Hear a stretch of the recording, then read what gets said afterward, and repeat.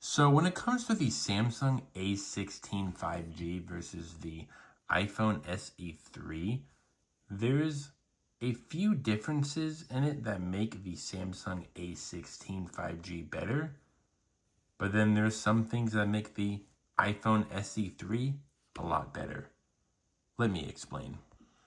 So when it comes to the Samsung A16 5G, let's just talk about the things that are better about it, okay? So of course, when it comes down to the brightness, it's a lot better.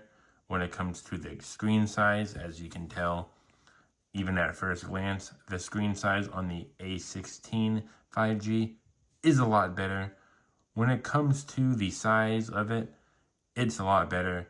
And I believe the Samsung A16 5G has a way bigger battery, maybe like 1.5 times bigger, at least, than the iPhone SE3.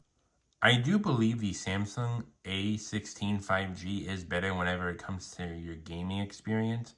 I believe it's slightly better than the A15 chip in the SE3, but I mean only by a little bit.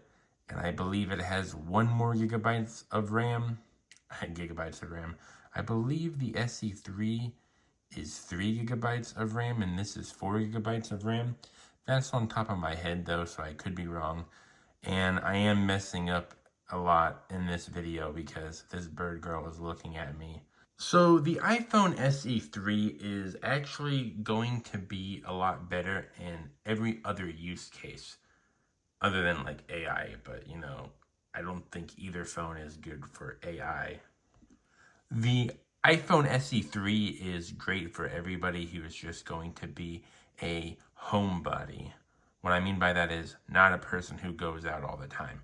If you're going to stay inside your house a lot and whatnot, and you're on YouTube on the TV, you could use your phone as a TV remote, right? This phone is good for people who are going to stay inside 99% of the time. And there's a lot of comments on my videos who are like, I am an old guy who stays at home all the time, and the iPhone SE3 is a great phone for me because I also have physical buttons to use whenever I am trying to do things, so I know if I'm losing my feelings in my fingers and whatnot. Now, the Samsung A16 5G has 3 cameras, and that is just better for a lot of use cases. These ones aren't the best, and the main one is 50 megapixels, but they're really only good for nighttime photos, or at least the nighttime photos mode. And I've noticed that whenever I use the iPhone SE3 camera, the camera is not the best, but it is doable in most use cases. And even in nighttime scenarios, as long as you have some pretty decent artificial light, it can get the job done.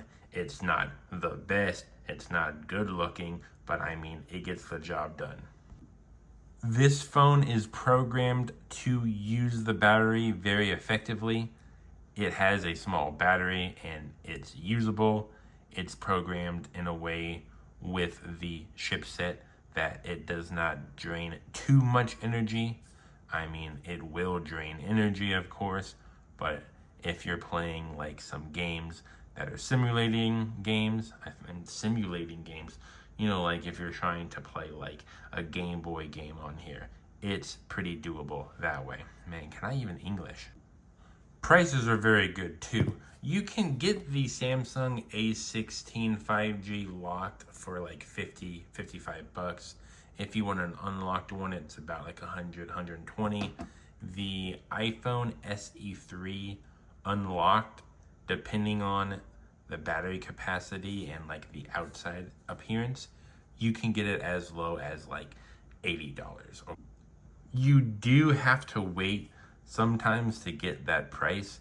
It's usually going to be at least $100 for the iPhone SE3 used, refurbished, whatever.